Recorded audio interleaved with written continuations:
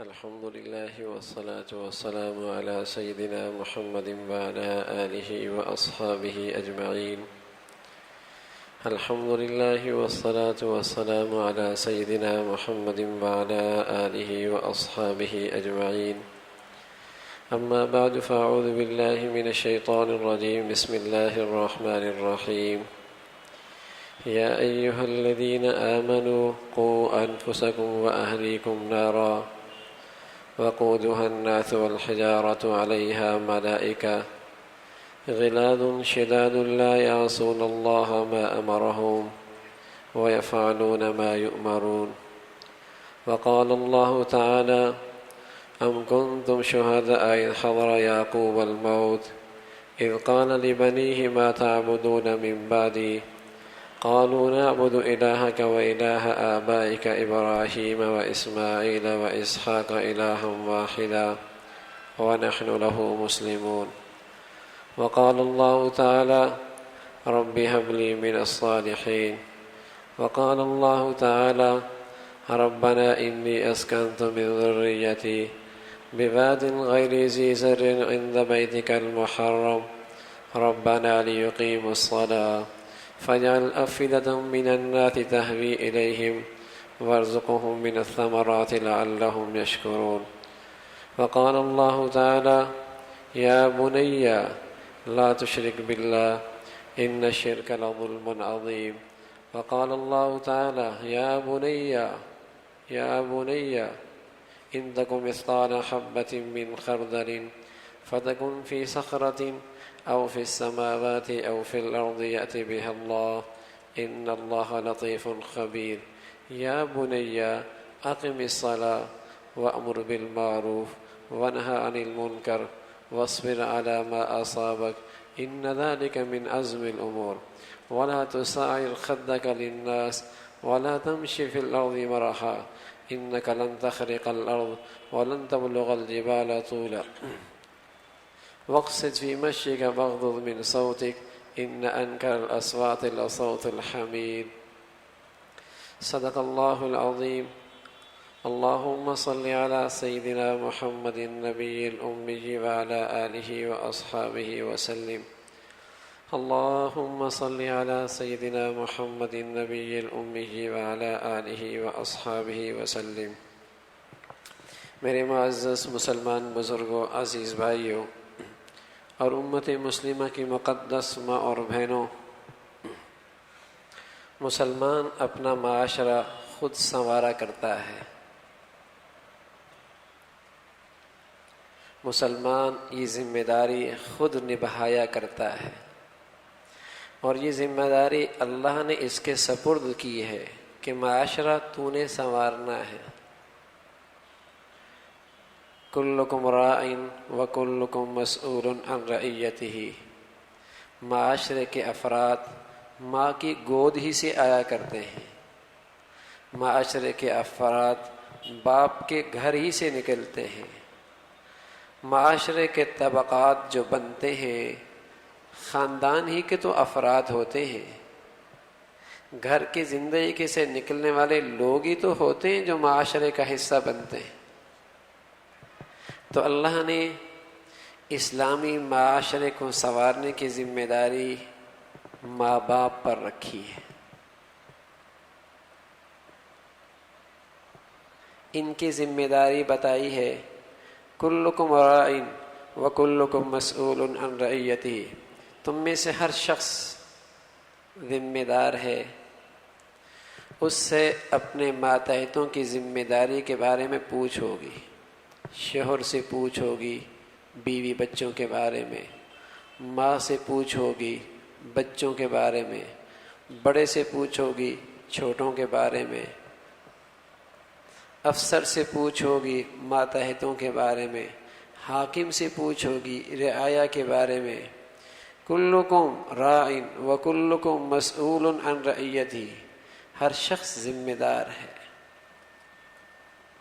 ہر شخص کے ذمے ایک ذمہ داری ہے کہ معاشرے کو تم نے سنوارنا ہے، اس کا آغاز تیرے گھر سے ہونا ہے، عورت کی گود سے اس کا آغاز ہے، باپ کے گھر سے اس کا آغاز ہے، ہر شخص کی ذمہ داری ہے۔ اور اللہ نے انداز بہت پیارا اختیار کیا، یا ایھا الذین آمنوا قوا انفسکم واہلیکم نارا، ایمان والو بچاؤ اپنے آپ کو، اپنوں اہل عیال کو آگ سے۔ دنیا میں کسی دور میں ایسا نہیں ہوا کہ مسلمان نے اپنے اولاد کو اپنے ہاتھوں سے آگ میں خود جھونک دیا ہو، کسی دور میں ایسا نہیں ہوا کہ مسلمان اپنی اولاد کو آگ میں خود پھینک رہا ہو۔ پھر یہ آیت تو مسلمانوں کے اس طبقے سے ہے، اس طبقے سے خطاب ہے پہلا، جنہیں صحابہ کہتے ہیں رضوان اللہ علیہ اجمعین۔ کہاں اس معاشرے کے اندر یہ کہ ماں باپ خود اپنے ہاتھوں سے آگ میں اولاد کو پھینک دیں، لیکن قرآن کا انداز یہی ہے، قوا انفسکم واہلیکم نارا، بچاؤ اپنے آپ کو، اپنے اہل و عیال کو آگ سے۔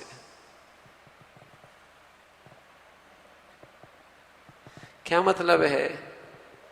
کبھی ایسا نہیں ہوا کسی دور میں، کسی زمانے میں، کسی طبقے میں، کسی علاقے میں کہ مسلمان اپنے ہاتھوں سے اولاد کو آگ میں ڈال رہا۔ پھر قرآن کا یہ خطاب کا مطلب کیا ہے کہ بچاؤ اپنے اہل و عیال کو آگ سے، سوائے اس کے دوسرا اور کوئی مطلب نہیں۔ وہ زندگی، وہ معاشرت، وہ ثقافت، وہ انداز زندگی، وہ گناہ جو تمہیں آگ کی طرف لے جا رہے ہیں، اپنی اولادوں کو اس ماحول سے، اس معاشرے سے، اس ثقافت سے، اس رہن سہن سے، ان گناہ بری زندگی سے بچاؤ۔ قوا انفسکم واہلیکم نارا، ایمان والوں کی ذمہ داری بتلائی، حکم ہے، حکم باپ کے ذمے ہے، ماں کی ذمہ داری ہے۔ اولاد اللہ کی ایک بڑی نعمت ہے اور آزمائش بھی ہے، آزمائش بھی ہے، چاہے تو اس نعمت کے ذریعے آخرت سنوار لے اور چاہے تو اسے اپنے حق میں زحمت بنا لے۔ قوا انفسکم واہلیکم نارا، بچا لو اپنے گھر والوں کو، اپنی اولاد کو۔ یہ اللہ کی طرف سے عظیم الشان نعمت ہے، اور اس نعمت کو ہر نبی نے مانگا، اللہ سے یہ نعمت مانگی گئی، اور بڑے صاحب بصیرت لوگ تھے، جب بھی اللہ سے اولاد کی نعمت مانگی ساتھ ایک شرط بھی لگائی، اے اللہ اولاد دینا لیکن نیک دینا، رب ہب لی من الصالحین، نیک دینا، تاکہ یہ میرے لیے باعث نجات بن جائے، باعث فتنہ نہ بنے۔ نعمت ہے ایک، اس لیے ہر نبی نے دعا مانگی تو اسی انداز میں، رب ہب لی من الصالحین، اور پھر اسی انداز کی تربیت کی، غافل نہیں رہے اس ذمہ داری سے، اولاد کی تربیت کی، بلکہ زندگی کی آخری سانس جا رہے ہیں اگر ایک فکر لگی ہے تو وہ یہ کہ میری اولاد کی کل کا کیا ہوگا۔ اللہ، موت کے وقت نہ جانے کیسے کیسے خیالات آتے ہیں، لیکن قرآن کہہ رہا ہے ایک نبی دنیا سے جا رہا ہے، جاتے جاتے اس نے اپنے پوتوں کو، نواسوں کو، بیٹوں کو اکٹھا کیا، اور اکٹھا کر کے ان سے کہنے لگے، ام کنتم شہداء اذ حضر یعقوب الموت اذ قال لبنیہ ما تعبدون من بعدی، سب کو اکٹھا کر کے کہہ رہے یہ تو بتاؤ میرے بعد تمہارا کیا بنے گا، کس کے سامنے پیشانی جھکاؤ گے، کس کے سامنے دامن پھیلاؤ گے، کس کی مان کی زندگی گزارو گے، کس کا خوف کھاؤ گے، کس کی نظروں میں رہ کر زندگی گزارو گے۔ ما تعبدون من بعدی، سبحان اللہ، اولاد سے تسلی چاہتے تھے کہ میری تربیت کا اولاد میری اولاد پہ ہے کیا، میرے گھر کے افراد پر ہے کیا؟ سب نے بیک زبان کہا، ابا جان دادا جان کیوں پریشان ہوتے ہیں؟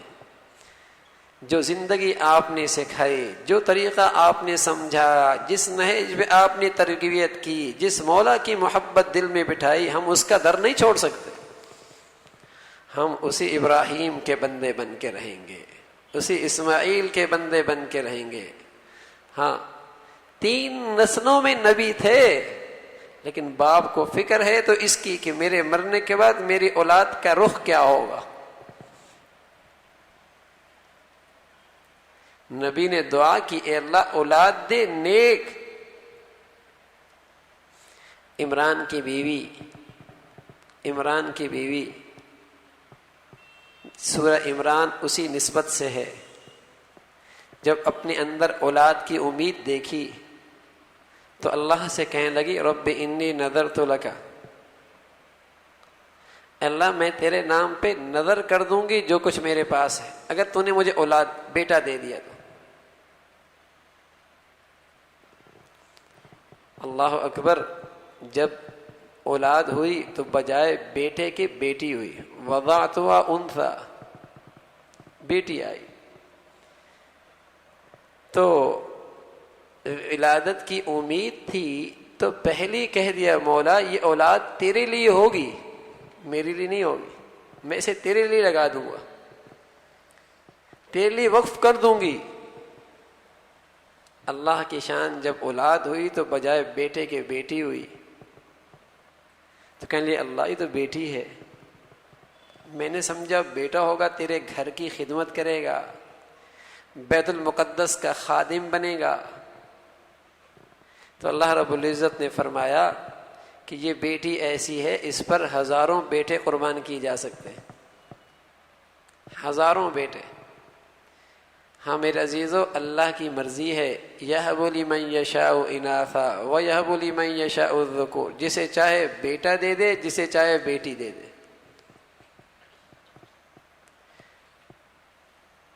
مسلمانوں کا مزاج کافروں کا جیسا نہ ہو کہ وَإِذَا بُشِّرَ أَحَدٌ بِالْأُنثَىٰ ظَلَّ وَجْهُهُ مُسْوَدًّا وَهُوَ كَظِيمٌ، جب انہیں پتہ چلے کہ ان کے ہاں بیٹی ہوئی ہے تو چہرے کا رنگ ہی بدل گیا۔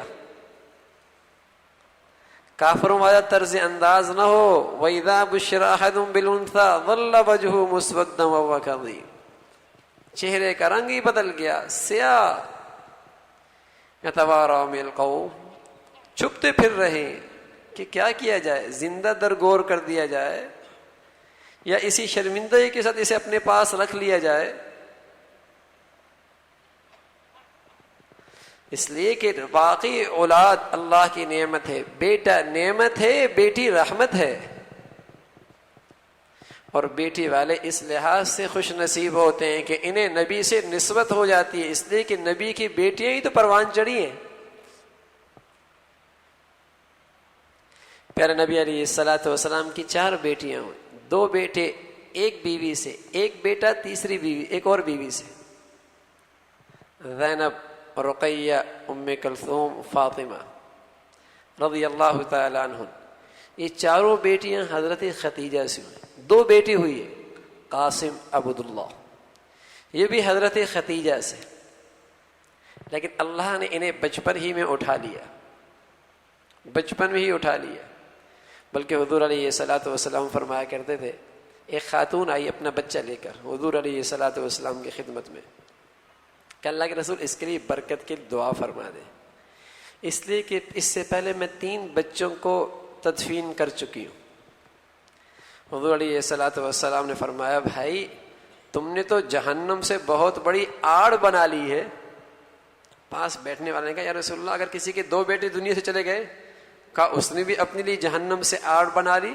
کہا کسی کا 1 بیٹا دنیا سے چلا گیا؟ فرمایا ہاں اللہ سے اس نے بھی اپنے لیے بیت الحمد بنوا لی، اللہ نے اس کا بیت الجنت میں گھر بنا دیا جس کا نام بیت الحمد ہے۔ تو حضور علیہ الصلوۃ والسلام کے 2 بیٹے حضرت ختیجہ سے، قاسم، عبداللہ، نام کتنے پیارے رکھے ہیں۔ اور جب بچپن میں ان کا انتقال ہوا تو پھر حضرت ماریہ قبطیہ سے ایک بیٹا اور ہوا، جس کا نام آپ نے ابو الانبیاء کی نسبت سے رکھا، ابراہیم، اور ان کی سب سے لمبی عمر رہی، تقریباً 1 سال سے کچھ دن تک زائد۔ آپ علیہ الصلاۃ والسلام نے ان کے بال کٹوائے، بال کٹوانے کے بعد اس کے بقدر سونا چاندی تولا اور اس کو مدینہ کے غرباء میں تقسیم کر دیا۔ 7ویں دن آپ نے اس کے بال صاف کیے، اس کے بقدر چاندی تولی اور اسے غریبوں میں تقسیم کر دی۔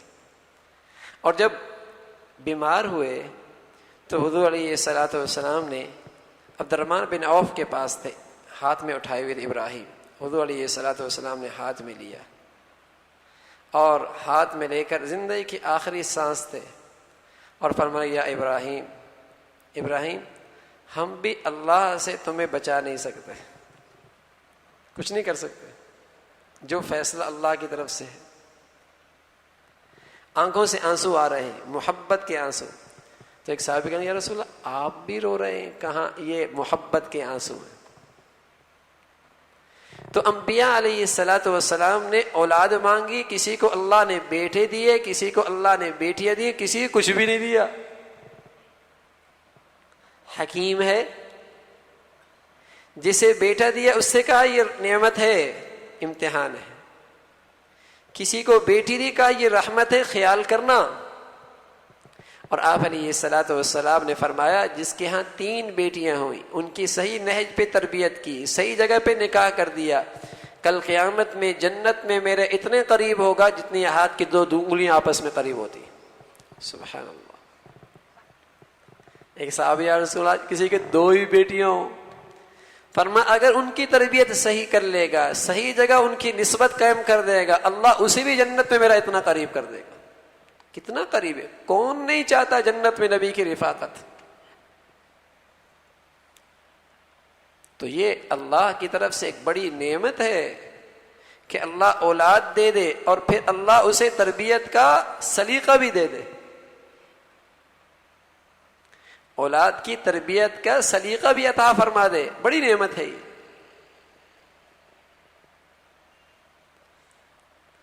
اللہ رب العزت نے جب ابراہیم علیہ الصلاۃ والسلام سے فرمایا خواب میں کہ ابراہیم علیہ الصلاۃ والسلام نے دیکھا کہ خواب میں کہ اپنے بیٹے کو گردن پہ چھری چلا رہے ہیں، انی اذبحک، ذبح کر رہا۔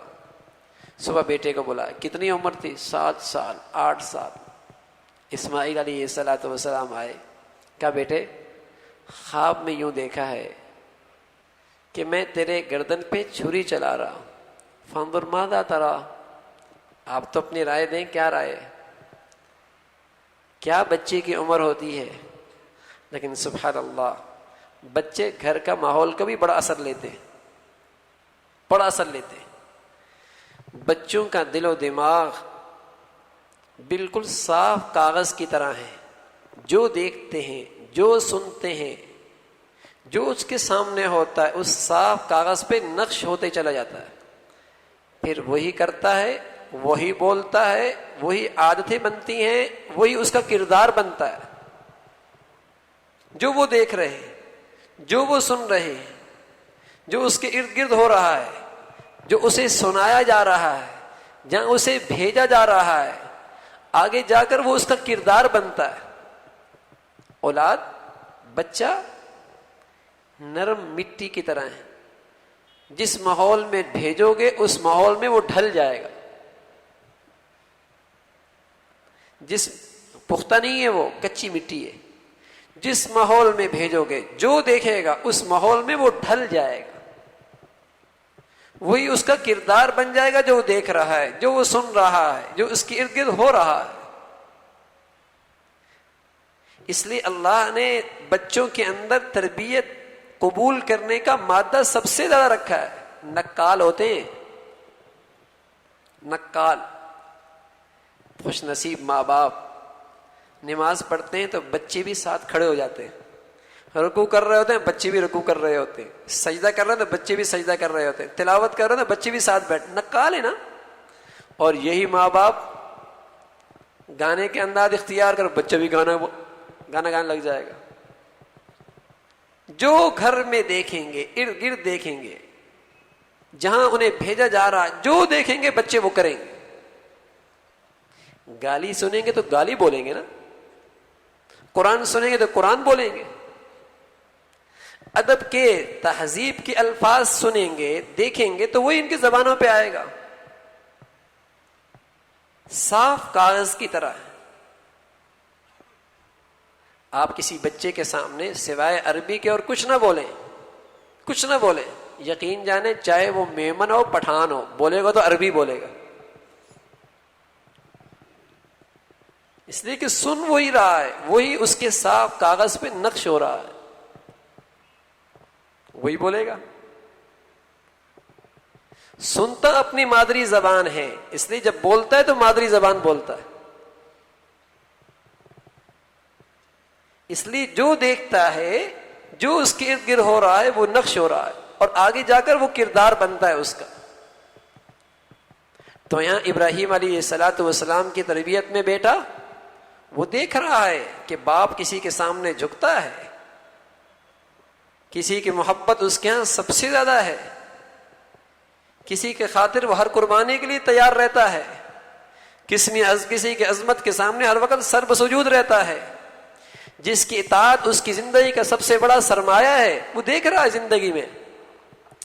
تو بیٹے سے پوچھا، بیٹے ماذا تفعل، ماذا، تیری کیا رائے ہے، ماذا ترى، تیری کیا رائے ہے، میں نے یہ دیکھا ہے۔ تو بیٹا کہتا ہے، ابا جان افعل ما تؤمر ستجدنی انشاء اللہ من الصابرین، ابا اس کے حکم میں دیر نہ کرنا، جو حکم ملا کر ڈالو، مجھے انشاءاللہ آپ صبر کرنے والوں میں پائیں گے۔ کہنا آسان ہے، اور علماء نے لکھا ہے کہ ابراہیم علیہ الصلوۃ والسلام نے یہ سوال اپنے صاحبزادے سے اس لیے نہیں کیا کہ اگر انکار کر دے گا تو حکم موقوف ہو جائے گا، صرف اس لیے کہ دیکھنا چاہ رہے تھے میری تربیت کا رنگ کتنا ہے اس پر، میرے گھر کے ماحول کا اثر کتنا ہے اس پر، میری حلال آمدنی نے کیا اثر دکھایا ہے، میرے راتوں کے رونے دھونے نے کیا رنگ دکھایا اس کی زندگی میں یہ دیکھنا چاہ رہا تھا۔ ستجدنی انشاء اللہ من الصابرین، صبر کرنے والوں میں ابا جان آپ پائیں گے۔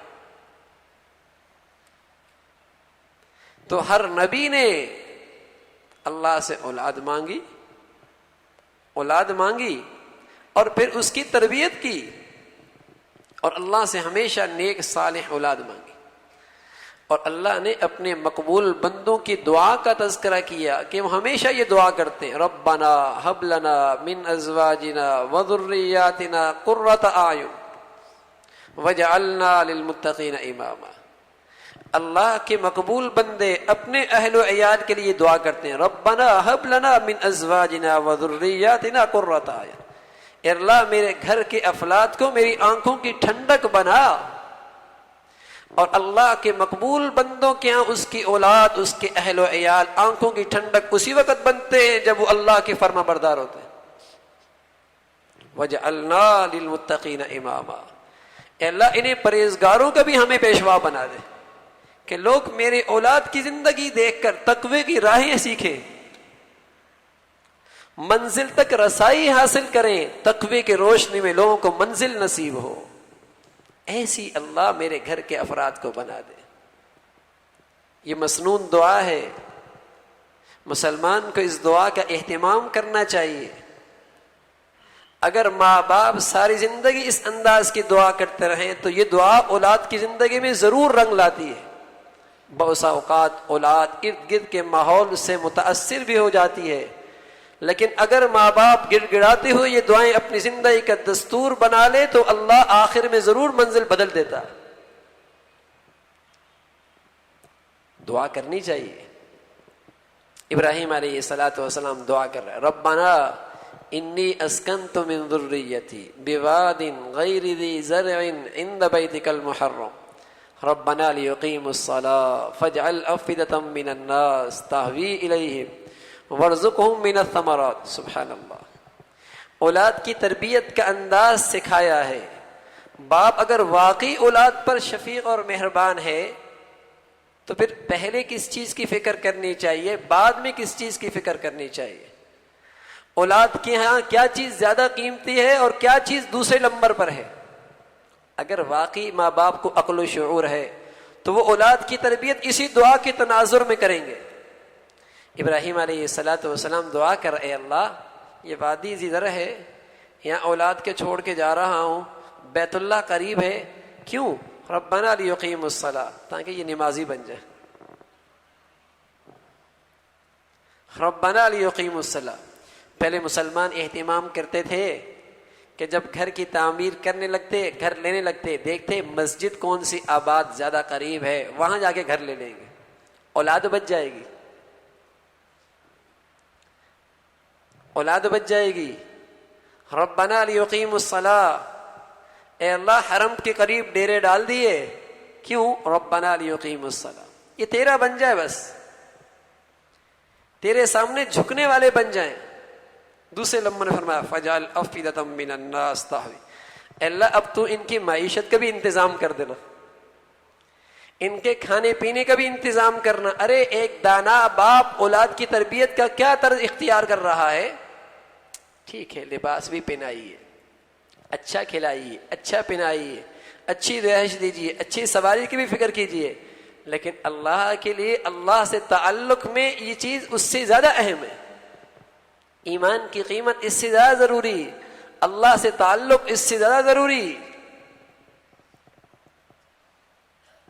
اگر میں نے اپنے اولاد کی 40 سالہ زندگی میں اسے سب کچھ لے کے دے دیا اور خدا نخواستہ اسے اللہ سے تعلق سے محروم رکھا، تو میرے عزیزو بڑا نادان ہے یہ باپ کہ 50 سالہ زندگی بنانے کی فکر کی، کھربوں سال کی زندگی اس کی ویران کر دی۔ ظالم کہیں گے، خیر خواہ کہیں گے،